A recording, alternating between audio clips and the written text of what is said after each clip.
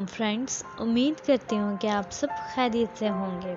आज का हमारा टॉपिक है novel the Lord of flies by William Golding. इस बुक को 1954 में पब्लिश करवाया गया था। ये विलियम गोल्डिंग का फर्स्ट नॉवल था और बहुत फेमस नॉवल था। इस पर फिल्म्स भी बन चुकी हैं। तो इस नॉवल में विलियम गोल्डिंग ने बताया क्या है नेचुरल ह्यूमन बिहेवियर को उन्होंने बताने की कोशिश की है। इस नॉवल में कुछ इंग्लिश स्कूल बॉयज एक आइसलैंड पर फंस जाते हैं और सेकेंड वर्ल्ड वॉर का टाइम है। इन बच्चों के साथ कोई भी बड़ा नहीं है, मतलब कोई एडल्ट नहीं है और वो बच्चे वहाँ पर सरवाइव करते हैं। और इसी सर्वाइवल के अंदर विलियम गोल्डिंग ने बहुत कुछ बता दिया है। तो हम नॉवल को स्टार्ट करते हैं। मैं आपको पहले इस नॉवल के कैरेक्टर्स बता देती हूँ। इस नॉवल में सिर्फ 4 ही इम्पोर्टेंट कैरेक्टर्स हैं। पहला कैरेक्टर है रैल्फ। ये आइसलैंड पर फंसे बच्चों में सबसे बड़ा है और फिजिकली काफ़ी ताकतवर बच्चा है। इस बच्चे में सबसे अच्छी बात ये है कि इसमें इतनी सारी क्वालिटीज़ होने के बावजूद भी ये आइसलैंड पर बाकी बच्चों पर हुक्म चलाने के बजाय आइसलैंड से कैसे बचकर निकला जाए इस बारे में सोचता है। ये अपने ग्रुप के लड़कों से रिक्वेस्ट करता है कि हमें एक दूसरे का साथ देना चाहिए और इस आइसलैंड से निकलने का रास्ता ढूंढना चाहिए। इस बच्चे ने बहुत जिंदा दिली से काम लिया और सारे बच्चों को इस आइसलैंड से निकालने की कोशिश की। इस बच्चे के कैरेक्टर को देखकर लगता है कि ये बच्चा Ralph law, governance and civil society का सिंबल है। आगे आता है दूसरा कैरेक्टर जिसका नाम है पिगी। ये आइसलैंड पर फंसे बच्चों में से सबसे स्मार्ट बच्चा है, मतलब काफ़ी इंटेलिजेंट है। और ये बच्चा जिस्मानत में मोटा है लेकिन इसको अस्थमा की बीमारी है। और ये बच्चा जो है ये हर वक्त ग्लासेस पहन के रखता है क्योंकि इसकी आईसाइट थोड़ी वीक है, जिसकी वजह से ये फिजिकली कमज़ोर है, अस्थमा की वजह से भी और थोड़ा इसका आईसाइट का भी मसला है। और ये बच्चा पिगी रैल्फ को पूरा सपोर्ट करता है। तो पिगी इस नॉवल में साइंस एंड लॉजिक का सिंबल है। Third character Jack. ये अपने ग्रुप का हेड है। ये इस आइसलैंड पर हंटर्स ग्रुप का लीडर बन जाता है। जैक को पावर का बहुत लालच है क्योंकि पावर होने से इसको मौका मिलता है कि ये बाकी बच्चों को पनिश कर सके और इन पर गलबा पा सके, मतलब उन पर हुक्म चला सके। तो इस नॉवल का एंड होते होते जैक लीडर बन ही गया होता है कि तभी वहाँ पर आइसलैंड पर एक नेवल ऑफिसर आ जाता है इन बच्चों को रेस्क्यू करने। तो जैक इस नॉवल में ग्रीड ऑफ पावर का सिंबल है। एक लास्ट कैरेक्टर आता है साइमन। ये सब बच्चों में एक बहादुर बच्चा है और ये जैक के ग्रुप का एक बच्चा है जो हंटर नहीं बनता और इसी के साथ साथ ये रैल्फ की मदद भी करता है इन बच्चों के लिए शेल्टर बनाने में।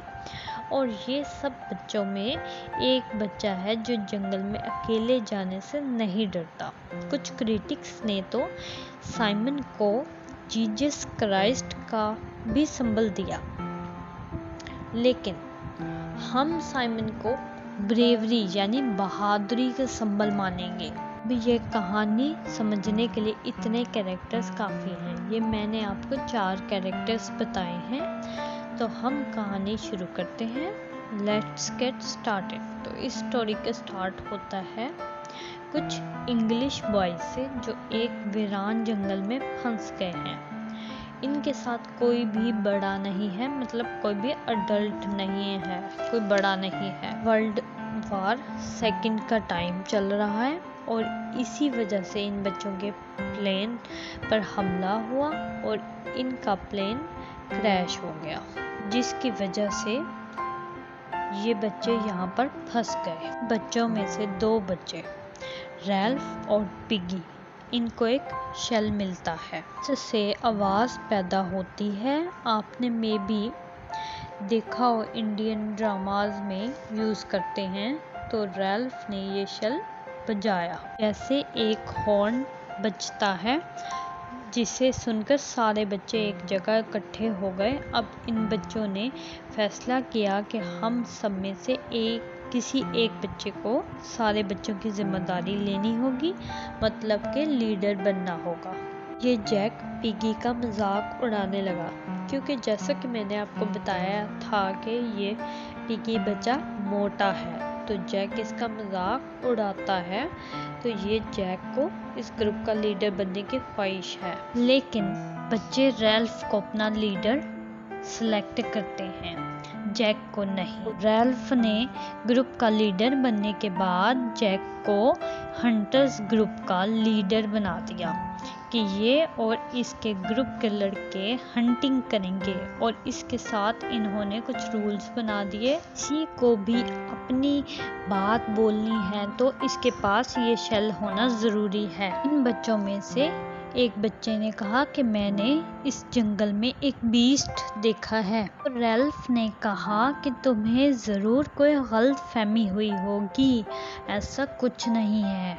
अब रैल्फ इस जंगल से बाहर निकलने के कुछ रास्ते ढूंढने लगा, और फिर कि इसने सारे लड़कों को एक आइडिया दिया। हमें माउंटेन मतलब पहाड़ की चोटी मतलब टॉप पर जाकर आग जलानी चाहिए, जिससे जो धुआं निकलेगा तो हो सकता है कि कोई इस धुएं को देखे और यहाँ से हमें कोई रेस्क्यू कर ले। तो ये पिगी बच्चा जो मोटा है, ये हमेशा ग्लासेस पहन कर रखता है। तो इन बच्चों ने इसका चश्मा मतलब ऐनक लेकर आग जलाई, और अब इन बच्चों से एक लापरवाही हो गई कि इन बच्चों ने इस आग की तरफ ध्यान नहीं दिया। तो वो आग पूरे जंगल में फैल गई, हर जगह धुआं ही धुआं हो गया। और जिस बच्चे ने कहा था कि मैंने एक जानवर बीस्ट देखा है, वो इस आग में कहीं गुम हो गया और इसके बाद वो नज़र ही नहीं आया। तो रैल्फ को इस बात पर बहुत गुस्सा आया कि ये इतने लापरवाह कैसे हो सकते हैं। अब टाइम गुजरता जा रहा था, टेंशन बढ़ती जा रही थी और रैल्फ काफ़ी फ्रस्ट्रेट हो रहा था, क्योंकि रैल्फ बच्चों के लिए शेल्टर बना रहा था इनके रहने के लिए, और इसको बनाने के लिए इसकी कोई मदद कोई नहीं आ रहा था। कुछ गिनती के बच्चे थे जो इसकी मदद कर रहे थे, और बाकी सारे बच्चे सिर्फ खेल रहे थे और मदद करने नहीं आ रहे थे। और जैक जो है हंटिंग ग्रुप को लीड कर रहा था, और इसके साथ साथ जैक को जब भी मौका मिलता था तो वो पिगी का मजाक उड़ाता रहता था। तो पिगी वैसे तो इंटेलिजेंट था, पर इसमें लड़ने की ताकत नहीं थी। जैक और रैल्फ में टेंशन बढ़ती जा रही थी, क्योंकि दोनों ग्रुप्स में आर्ग्यूमेंट्स होने लग गए थे। तो रैल्फ ने इन सारे बच्चों को एक जगह इकट्ठा किया इन आर्ग्यूमेंट्स को ख़त्म करने के लिए, लेकिन सारे बच्चे लापरवाह थे। रैल्फ के अलावा किसी को भी टेंशन नहीं थी, किसी ने भी रैल्फ की बात पर तवज्जो ही नहीं दी, और सारे बच्चे इस बीस्ट की बात करने लग गए, और ज़्यादातर बच्चों के दिलों में बीस्ट का डर बैठ गया। रात को इस आइसलैंड के ऊपर थोड़ी दूर कुछ एयरप्लेन्स की लड़ाई हुई। तो प्लेन्स में से एक आदमी पैराशूट की मदद से इस आइसलैंड पर आकर गिरा, वो मर चुका था। तो ये मरा हुआ आदमी इसी जगह आकर गिरा जिस जगह पर इन बच्चों ने आग जलाई थी। तो कुछ बच्चों ने इस आदमी को देखा और डर गए कि ये तो कोई भूत या जिन है। तो ये भागते भागते रैल्फ और जैक के पास गए और इनको बताया। तो रैल्फ और जैक वहाँ पर देखने गए कि इन्होंने वहाँ पर कौन सा भूत या जिन देख लिया। दरअसल ये दोनों भी अपनी अपनी हिम्मत दिखाने गए थे। अंदर से ये भी डरे हुए थे मगर जाहिर नहीं कर रहे थे। ये दोनों वहां पर गए तो इनको सब नॉर्मल लगा, तो वापस आकर इन्होंने बताया कि वहाँ कुछ भी नहीं है, टेंशन ना लो। अगली सुबह हुई तो जैक ने रैल्फ को चैलेंज किया कि तुम अपनी अथॉरिटी को छोड़ दो, तुमसे कुछ नहीं होगा और तुम ग्रुप के लीडर बनने के काबिल ही नहीं हो। बच्चों ने रैल्फ को दोबारा सिलेक्ट किया कि वही हमारा लीडर है, तो जैक को इस पर बहुत गुस्सा आया और जैक ने ग्रुप छोड़ दिया। लेकिन इसके साथ साथ कुछ बच्चे इसके पीछे पीछे चले गए। इन्होंने भी ग्रुप छोड़ दिया, तो जैक अपने साथियों को लेकर रैल्फ के ग्रुप से अलग हो गया और सही में हंटर बन गया। मतलब अपना मुंह पेंट कर लिया, जैसे हंटर्स अपने फेस पर दो दो लाइनें लगा लेते हैं, वो काली सी लाइनें गाल पे लगा लेते हैं, तो वो लगा ली फेस की दोनों साइड्स पर, और पिग्स का शिकार करने लग गया अपने साथियों के साथ। उन्होंने एक पिग को मारा और इसके सर को काट कर एक डंडे पर टांग दिया, तो इस पिग के सर पर फ्लाइज आकर मक्खियां आकर बैठ गईं। अब साइमन इस सर के पास आया और इन मक्खियों से भरे सर को देखा और इसे लॉर्ड ऑफ फ्लाइज समझ लिया। इसने देखा कि ये सर इससे बात कर रहा है और कह रहा है कि बीस्ट कहीं और नहीं, तुम सब बच्चों के दिलों में है, तुम्हारे अंदर वो खतरनाक जानवर है। साइमन ने क्या किया कि जहां वो पैराशूट में आदमी गिरा था और जहां पर इन लोगों ने आग जलाई थी पहाड़ की चोटी पर, वहां पर जाने का इसने सोचा और वहां पर चला गया और देखा कि वहां पर तो एक पैराशूट में उलझा हुआ एक आदमी है जिसे बच्चे बीस समझ रहे थे। वो तो एक आदमी था जो पैराशूट में उलझा था और वो मरा हुआ था। तो साइमन ने सोचा कि मैं ये बात बाकी बच्चों को बताता हूँ। तो साइमन जब इन बच्चों को ये बात बताने गया तो वहाँ पर जैक ने जो पिग मारा था इसकी दावत चल रही थी। तो जैसे ही साइमन वहाँ पर पहुँचा तो बच्चों ने साइमन को ही बीस्ट समझ लिया और सब इस पर टूट पड़े और मार डाला। तो रैल्फ और पिगी को इस बात का बहुत अफसोस हुआ। जैसा कि मैंने आपको बताया था कि जैक अपने साथियों के साथ रैल्फ के ग्रुप से अलग हो गया था, तो इसी के साथ जैक ने पिगी के ग्लासेस मतलब ऐनक चोरी कर ली थी आग जलाने के लिए। तो अब रैल्फ और पिगी जैक के पास गए पिगी का चश्मा या ऐनक लेने।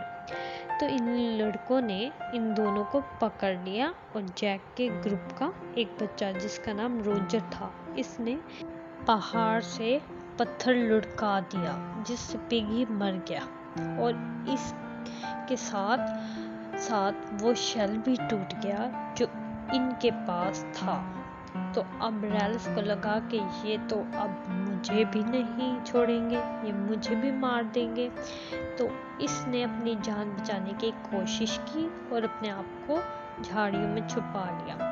अब जैक और इसके हंटर्स इसके पीछे लगे हुए थे, तो इन्होंने रैल्फ को बाहर निकालने के लिए चारों तरफ आग लगा दी जिससे धुआं फैल गया। तो अब की बार ये धुआं एक ब्रिटिश नेवल शिप ने देख लिया।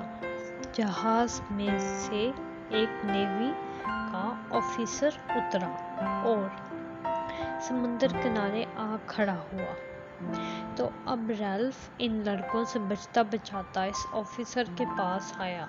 तो ये लड़के जो रैल्फ का पीछा कर रहे थे वो इस नेवी के ऑफिसर को देखकर रुक गए और हड़बड़ा गए। तो इस ऑफिसर ने पूछा, क्या बच्चों, यहाँ क्या चल रहा है? कौन सा खेल खेल रहे हो? रैल्फ इस ऑफिसर को देखकर रोने लगा और बाकी बच्चे भी इसको देखकर रोने लगे। तो ऑफिसर ने काफ़ी अनकंफर्टेबल फील किया और अपने शिप की तरफ देखने लगा और यहाँ पर ये नॉवल ख़त्म हो जाता है। आई होप सो कि मैंने आपको बहुत अच्छे से समझाया हो। मैंने अपनी पूरी कोशिश की है। अगर आपको मेरी वीडियो अच्छी लगी हो तो मेरे चैनल को सब्सक्राइब, वीडियो को लाइक और मुझे कमेंट में अपनी राय ज़रूर बताइएगा और ये भी बताइएगा कि आपको मेरे से मज़ीद कैसी वीडियोस चाहिए, किन टॉपिक्स पे वीडियोस चाहिए। और हाँ, मेरी वीडियो को शेयर करना बिल्कुल भी ना भूलिएगा। Thank you.